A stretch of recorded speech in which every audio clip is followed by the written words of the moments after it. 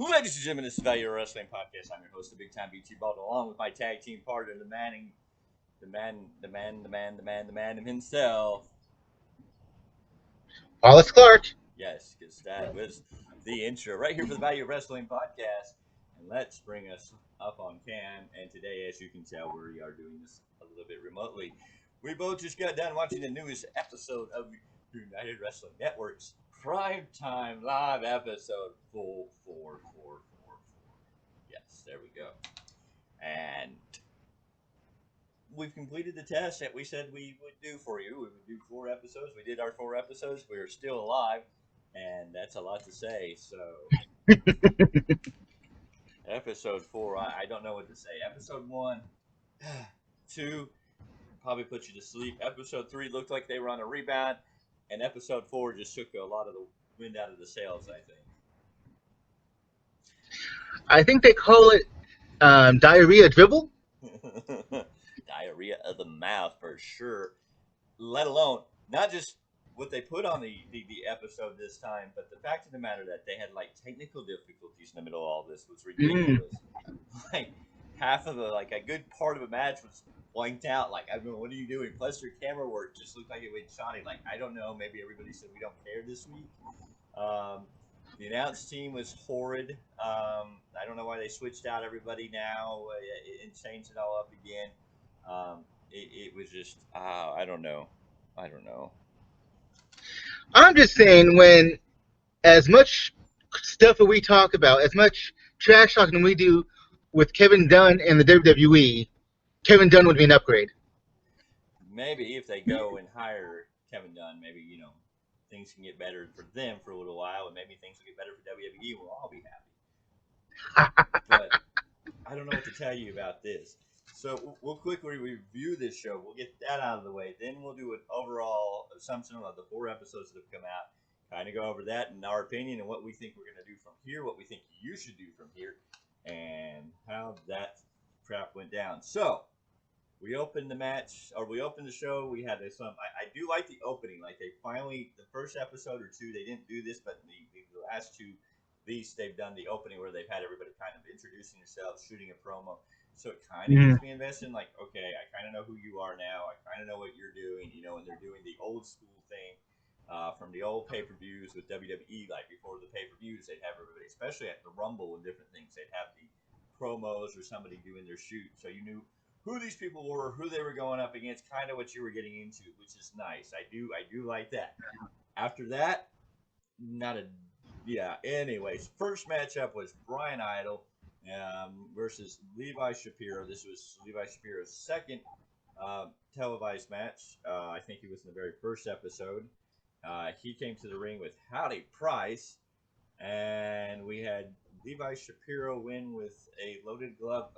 And this match was probably the only thing that was somewhat decent, and it was somewhat okay. I wouldn't say it was a great match, but it was all right. I mean, I think the thing it lacks in the whole thing was, again, I think this is what hurts them, because I don't know if it's not having an audience there, or the fact of the matter that they're not establishing me. Like, in this match, I kind of got it, but some of the other matches, I'm like, who am I supposed to kind of be rooting for? Who am I not supposed to be rooting for? Like, which side of all this does everybody stand on? This one, it was a little more obvious, but a couple of the other ones, it's like, who's who and what's what? Obviously, at this point, with no fans, you have to kind of go more by what commentary team is saying. But it's horrible. I don't disagree, but I'm just saying, it's like, that's the final gauge that we have in this era. The horrifying part of the commentating team is they talk about random stuff and then stuff that doesn't make sense, and then later in the match, they went off on a tangent about Eddie Van Halen. I get that, they eventually came back and connected it, but I was just like, okay, that's more than enough to like it was like a whole, and then the idiot went on a whole. Oh my god, I won't even get into that yet. Anyways, Levi Shapiro won with loaded gun. This might have been the only match worth watching. It did go a little long for me for these two. All right, nothing to write home, nothing to be excited about. You had Levi Shapiro with Howdy Price. They looked like they walked out of like Lancaster in the Amish Paradise. into the ring, and Brian Idol looked like a bad reject of oh, what was his name? I can't think of his name. He looks like the former UK champion on NXT. Dunn. Or you get him with Pete Pete Dunne. Dunn, yeah, Pete Dunn. But yep. So that was it. So then we went into the women's match, and this one was even more like a brain fart because we had Lacey Ryan versus Viperous, and the color commentating team, Not to be confused with Viper not to be of confused with Randy Orton. Yes. no. I don't remember what her name was in WWE, but in the UK there is a female talent called Viper. No. Well, this She's wasn't a she's a big girl, but hella pretty in the face. this wasn't Viper. This is Viperous, and the color commentating team announcer is coming down as being giving off, or it should be her time of year because it's Halloween, and she's giving off the spooky vibe. And I'm like, there was nothing about her entrance that spooked me or felt like, ooh, yes, they turned down the lights. Yes, they had some decent theme music, but I mean, there was nothing spooky about her. It wasn't anything that made me go, ooh, okay, this woman might be a threat or, something. I mean, it was, oh my God. Well, I mean, look. First of all, look at how short she is. Yeah. Well, the outfit was over gaudy. So, anyway, she took on Lacey Ryan, who is the Future Stars of Wrestling Nevada Ladies Champion. Now that's another mouthful of like, why can't these belts just be, why do we have the Future Stars of Wrestling Nevada Ladies Championship? Not a women's, it was ladies, but that was just like too much. And this is the biggest match where they had the technical difficulties. I missed most of part of this match. I had to skip ahead to get back into the match just to see who won. I love how everybody does the Three Amigos, like everybody does it now. It's like everybody pays homage to the Eddie Guerrero, the triple suplexes. It's like it's the thing now. It's like the spot. Ooh, I guess it gets you over. I don't know. Anyways, Lacey Evans retained her match. The match sucked. It kept cutting out, so I mean you couldn't get into it when all of a sudden the camera goes black and then you get the colored rainbow on your screen like the old days when the TV channels shut off and you're like going, what the? Yeah, I don't know. There was no. What's the funk? Yeah. So then we got into our first of three tag team matches in an hour and not even an hour and a half tonight. It was a little less than an hour and a half. They had three tag team matches, and this was the first one. And I didn't write these guys' individual names down because I was so defeated by their tag team names. I was just so like, what? First, you had 4 minutes of heat. So for any ladies who want somebody who can go more than a minute, well, here's two guys that can go 4 minutes of heat for you.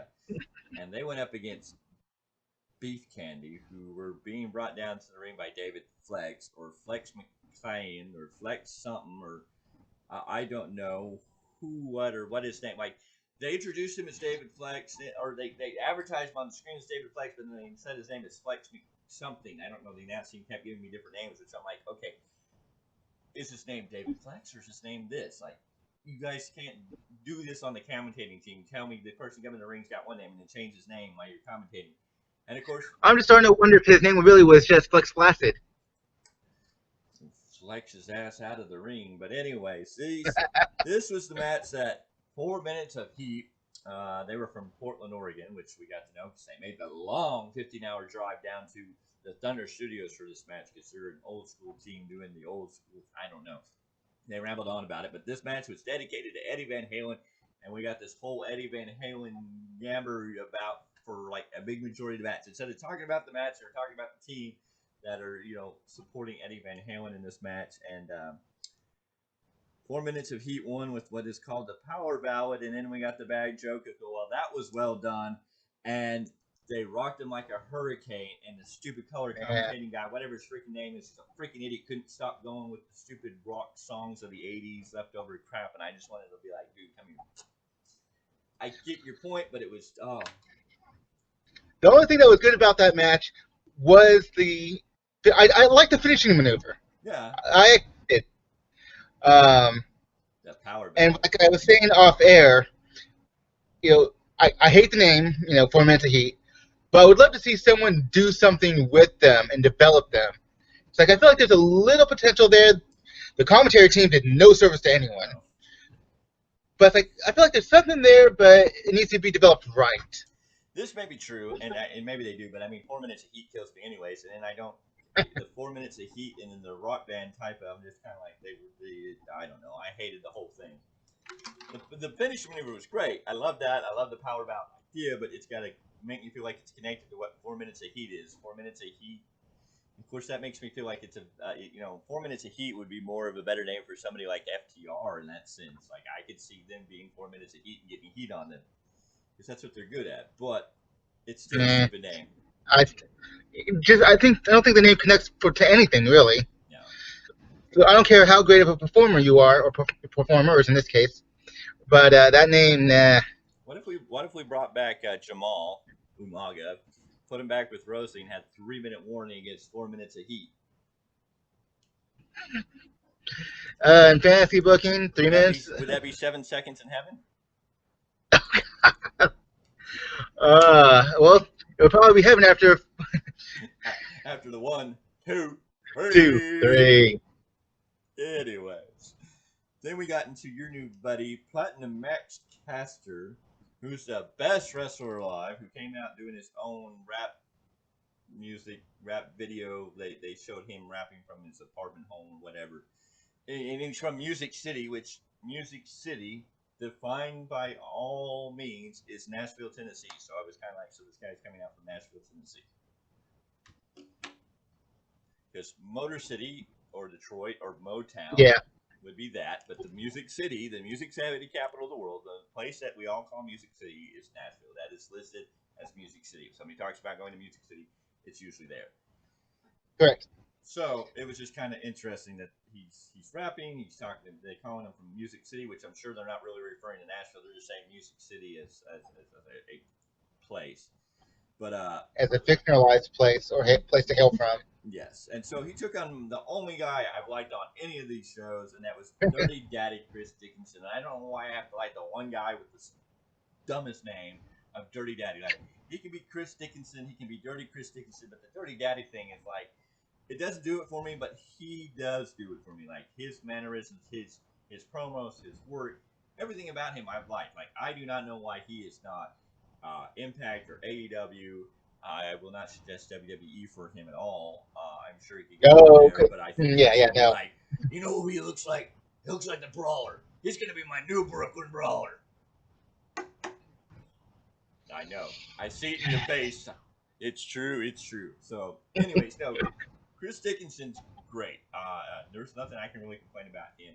Platinum Max Caster. The only thing I have a hard time in this match was Max Caster kept doing all these little dance moves and playing to a non-existent crowd, and I came off. They both came off heelish to me, and I'm like going, okay, I don't know where we're supposed to draw the lines here.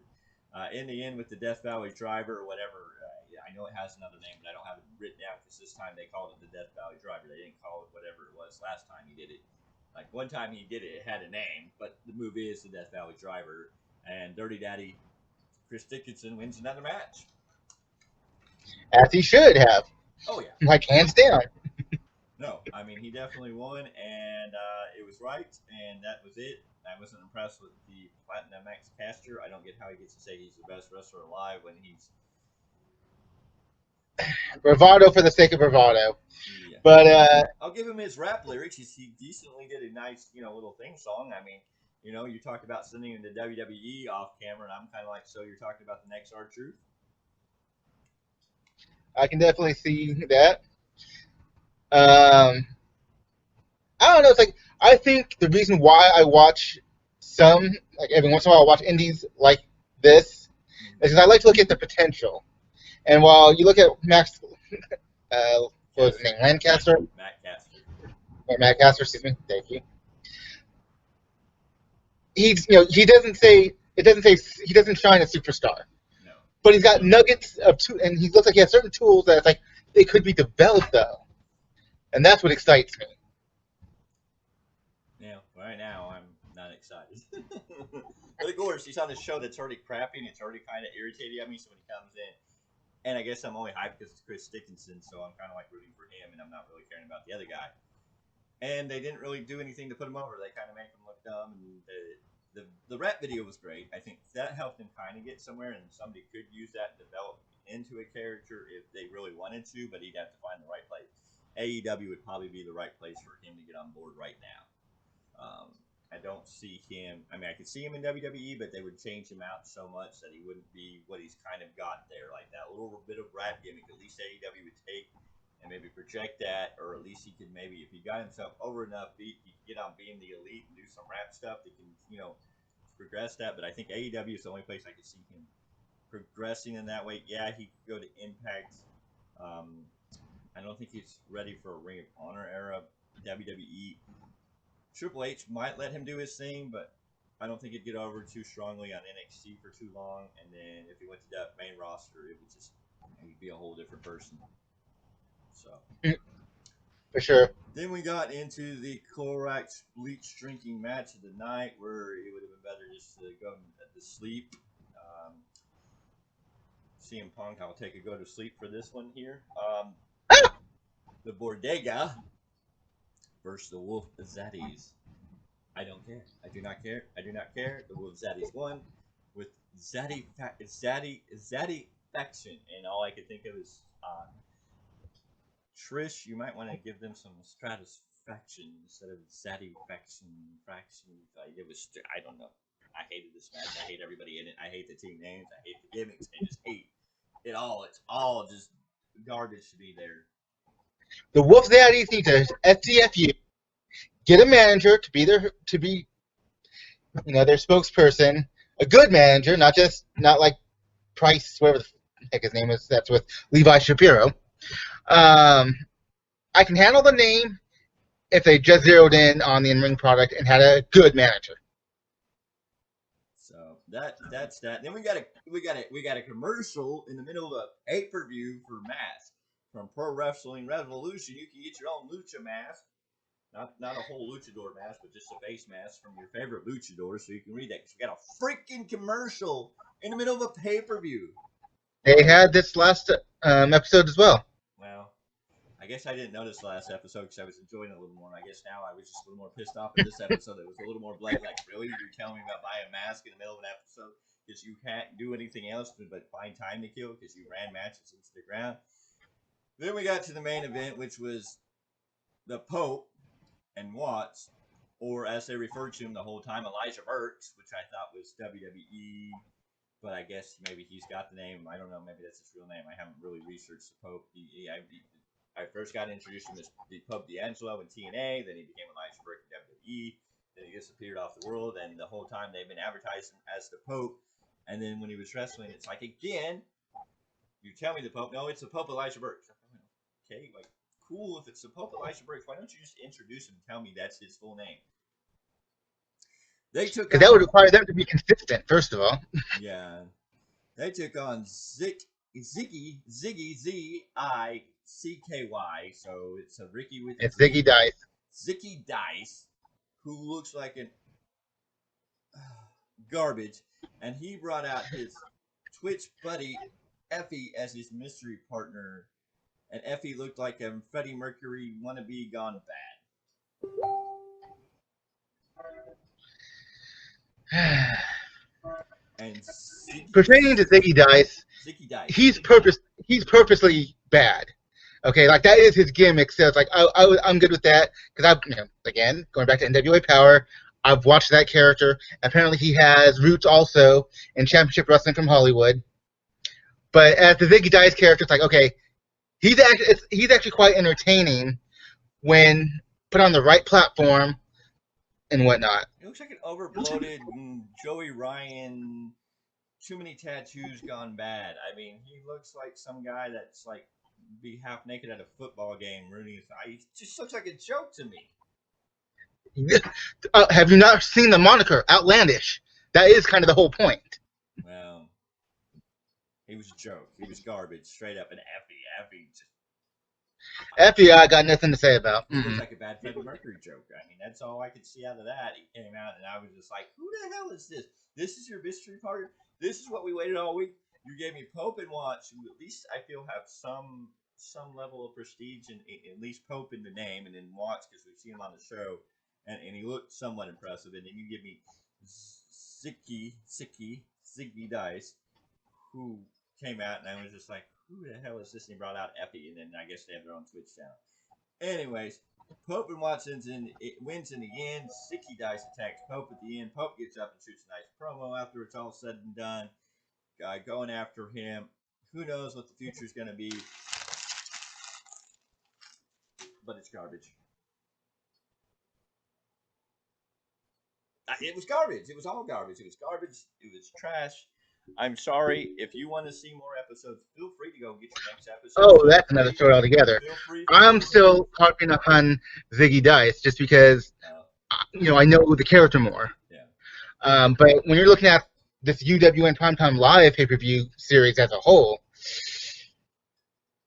we paid what $23 something for the first 4 episode bundle. I could have done something better with that money. That's all I can say about that. No shit, we could find another webcam or another bike. But anywho, the fact of the matter is, it was garbage. I mean, and the fact is, these guys might be good in these other feds and these other places that you're talking about, which is great, and I respect that. But in this platform, they give me nothing to base these people off of. I only know the people whose names I know prior to this, but it's still like I need to know who they are now, not who I know them to be. For one, they don't build up any of their characters. Their commentating team was the worst tonight, and it's been the whole time. It was halfway decent when it was him and whatever the Alyssa's name was. But other than that, the commentating team is garbage. Commentating sucks. This whole show sucks. Their camera work is getting crappier as it goes along. They did good in week 3 with their undercard. Their main event was and then this week it was just like we went back to trash. And I'm just like going, what do you guys want to do? Do you want to continue and try to do this? And they're over there celebrating like they're, oh yay, we made it 1 month now. And I'm like, yeah, 1 month of garbage where you're not gonna have anybody else buying it. You trick people into buying the first 4 episodes. Let's see how many people pay for the next 4 episodes, because I doubt it's gonna happen because you're putting garbage on like this. But who's gonna buy it? And I'm sorry. I know it's not all the wrestlers, but some of those wrestlers just suck. Some of those wrestlers were barely hitting one another. Some of those moves are just too. They need more training. I get it's the independents, and you got to give a little with some of these guys. But oh my god, if you're putting this on, you're not gonna. Yeah, no, Billy. I'll say this: if for whatever reason, those of you watching this, if you're still curious on what this looks like, go on YouTube. It's called Championship Wrestling from Hollywood or Championship Wrestling from Arizona. Both of those promotions ran by the same company. It's the same basic promotion. It's the same basic production values and all that. You can watch that shit for free on YouTube, and you'll understand where we're coming from. All you have to do is watch these 4 episodes. You'll be drinking. But I'm giving them the option to do it for free and not give them money. No, I know. Don't pay for this shit. Do not pay for this crap, because this was a loaded steaming pile of garbage. I think my kid's dog, Dory over here, takes a better piece of steaming garbage than this was. I don't know. I don't waste your money on this. If you're any sort of fan, diehard fan, casual fan, a new fan, no, don't waste your money on this, because this stuff was straight up dog doo doo. It wasn't worth anything. They didn't give me too much. And like I said, episode 3 was the only one where we saw felt like there was some positivity. It had a nice flow. I seemed to have a better feeling about it. But this one was just like, they just said, nah, we're too tired. And then they changed up the whole commentating team in the middle. And it's like, why? And all the other people were on assignment, but they weren't there. It's like, don't give me garbage. Don't lie to me. I'm tired of it. It sucked. I think it hurt tons of people in this. I think the only person that I can really say shine through was Chris Dickinson. He was the only person that I felt wanted to be there, showed that he was trying to get people to look at him. Everybody else was kind of like, I'm not impressed. Watched the first week, impressed. After that, no. The Pope, I feel like this hurts the Pope's image. Like, he did a great promo in the end, but I'm just like, poor Pope. Is this where you're falling? Like, what's going on? Why aren't you out there somewhere else? Because he's Elijah Burke, the Pope D'Angelo, whatever we're calling him, whatever you want to call him. He has had a lot of talent. He had a lot of great opportunities. Really great in TNA. He was okay in WWE. It wasn't his fault. It was just a storyline he was given and never really given a chance to get over. I know now he's probably a veteran and up in age. So I don't know where he wants to be, I'm where he wants to hoping, go. because Billy Corgan says he still intends to bring back NWA Power. Prior to COVID, NWA Power was featuring the Pope more in a managerial role, but he was helping get characters over. So, I mean, But the I'm Pope, hoping to see him back there. the Pope can wrestle, yes, but the Pope can really good at talking, and in a managerial position, oh, the Pope's the bomb diggity bomb. So I'd love to see the Pope do that. But the United Wrestling Network, Billy Corgan, number one, you need to pull all your guys out of this and step away from this garbage because this is only going to hurt your stars. This is not helping you make new stars. This is just taking away from you and making your stars look like the only match that. Bush League is the old phrase for it. Yeah, no, this is if Triple H got his way where he had minor league wrestling, and like baseball where you have minor A, minor double A, and triple A, this would be like Mm-hmm. negative minor A ball. No, seriously, it was garbage. Nothing impressed me. They're trying to introduce too many people, but they're not telling us any backstory. They're not giving us anything to build these stars on, to get to know these stars, to get to know why they're here. I get they have a short time limit, but they either less matches with better quality where we get to know the wrestlers, in a little bit of storyline, or give me more promo time. Because the only person I think that's got promo time at this point has been Dirty Daddy Chris Dickinson. Maybe that's why he sticks in my head so well. Well, it's one of the reasons. 'Cause, I mean, he's been doing, pretty well because he's the only one who actually has any intensity, has any, just, that go out and get it, Oh yeah, attitude. nobody's the only one that I've seen that's been consistent has had his promo time. Like these other people haven't had promo time or done anything. Like I've gotten to kind of know his backstory. I've kind of gotten to know his character because they've really spotlighted him. But everybody else are like, no. Like I'm going. So why is the one guy you put on 3 episodes so far? Um, he's pretty much had a promo or a shoot or something every episode he's been available on. I think he was even on episode 3 doing an interview or two, one of Mm-hmm. them. But I think he's been on every show, just yeah, didn't have every a match show. on every show. So I mean, they're spotlighting one guy and it's working for him, but the rest of them they're like, yeah, it's like I'm disappointed in this garbage. Don't waste your money if you can get it for free and you want to put yourself through the pain. Then go for it. If not, don't. It's not worth it. It's not worth the tears. It's not worth the agony. It's not worth the insomnia that's going to occur. I think I'll probably be I'll probably be calling my lawyer and sending a lawsuit to cease and desist against them. I don't know. I have insomnia already. Now it's just grown 10 times worse. But anywho, so in the end, United Wrestling Network episode 1, 2, 3, and 4 have all been watched. We did what we told you to do. We're happy that we did it. Well, I don't know if we're happy we did it, but we made it through and we survived. We are proud that we stuck to our word. Yes, that's the main key. Is we did what we told you we were going to do, and now we're done. And I'm going to tell you this as honest as Exactly. honest can be. I will, in the great words of Chris Jericho, never, ever, and I mean ever again watch this product unless they prove to me they changed. Unless they send me a free episode and say, please give us another chance, and they change and they show me that they changed. So if the United Wrestling Network, if Billy Corgan, if all these people want to get together and send us free episodes of your product, we will sit through and watch them, but we're not going to review them until you show us a change. So that's that. That's the bottom line. This is garbage. I would not recommend anybody paying for it. If you can find it for free and you really are that interested, go for it. I hope NWA Power comes back and they bring back that whole idea to life, and that the people that are a part of that get back over. I hope some of these stars find some other place to go where maybe they can get some TV time and maybe get some more training, maybe get some more time where they can actually develop and become something that might be worth watching. Otherwise, it was all garbage. Yeah. And that's all I got to say about that. But anywho, that's your United Wrestling Network Primetime Live Review, Episode 4, and your overview. Do not buy. It's a big thumbs down. And that is it. So, unless there's any other wrestling news you want to talk about or touch on while we're here, otherwise, we're 29 minutes into this video. I think if there's anything further, we will do a separate podcast. That's it for this. All right.